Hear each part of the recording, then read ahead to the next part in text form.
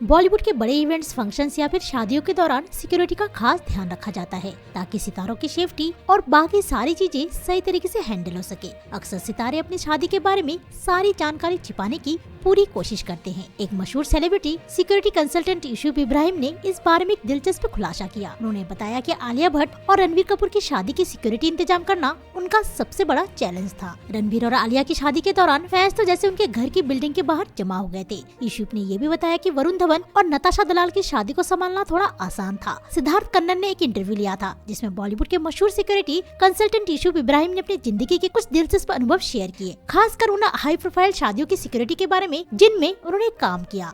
जब सिद्धार्थ ने उनसे पूछा कि वो कौन सी शादी थी जिसके लिए उन्हें सबसे ज्यादा चुनौतियों का सामना करना पड़ा, यूसुफ ने बड़े ही दिलचस्प अंदाज में रणबीर कपूर और आलिया भट्ट की शादी का नाम लिया। उन्होंने कहा कि ये शादी उनके लिए वाकई एक बड़ी चुनौती साबित हुई थी। यूसुफ इब्राहिम के मुताबिक रणबीर और आलिया ने अपनी शादी को गुपचुप रखने की पूरी कोशिश की, लेकिन फिर भी 350 कैमरा पर्सन उनके घर के बाहर इकट्ठा हो गए थे, जिससे काफी दिक्कतें होने लगी थी। सड़क का रास्ता भी ब्लॉक हो गया था और गेस्ट को घर के अंदर आने में परेशानी होने लगी थी। यूसुफ ने बताया कि उन्होंने सुरक्षा के लिए 60 बाउंसर रखे थे और खुद 6 दिन तक 18 घंटे की शिफ्ट्स में काम किया था। लेकिन बात तब और बिगड़ गई जब आलिया और रणवीर के एक झलक पाने के लिए पेपराजी दीवारों पर चढ़ने लगे। ऐसे में यूसुफ को मजबूरन कुछ गार्ड्स को यूनिफॉर्म में और कुछ को सिविल कपड़ों में तैनात करना पड़ा था ताकि हालात कंट्रोल में रह सके। यूसुफ इब्राहिम ने यह भी बताया कि वरुण धवन और नताशा दलाल की शादी को मैनेज करना उतना मुश्किल नहीं था। दरअसल उन्होंने कोविड के दौरान एक रिजॉर्ट में शादी करने का फैसला लिया था, जिससे फैंस और पेपराजी की भीड़ काफी कम हो गई थी। यूसुफ के मुताबिक वरुण और नताशा का परिवार रिजॉर्ट के अंदर गया था और 3 दिन बाद बाहर आए। ऐसे में शादी के लिए कोई खास इंतजाम करने की जरूरत नहीं पड़ी। ऐसी न्यूज से अपडेट रहने के लिए वाहियात टॉक को सब्सक्राइब करें।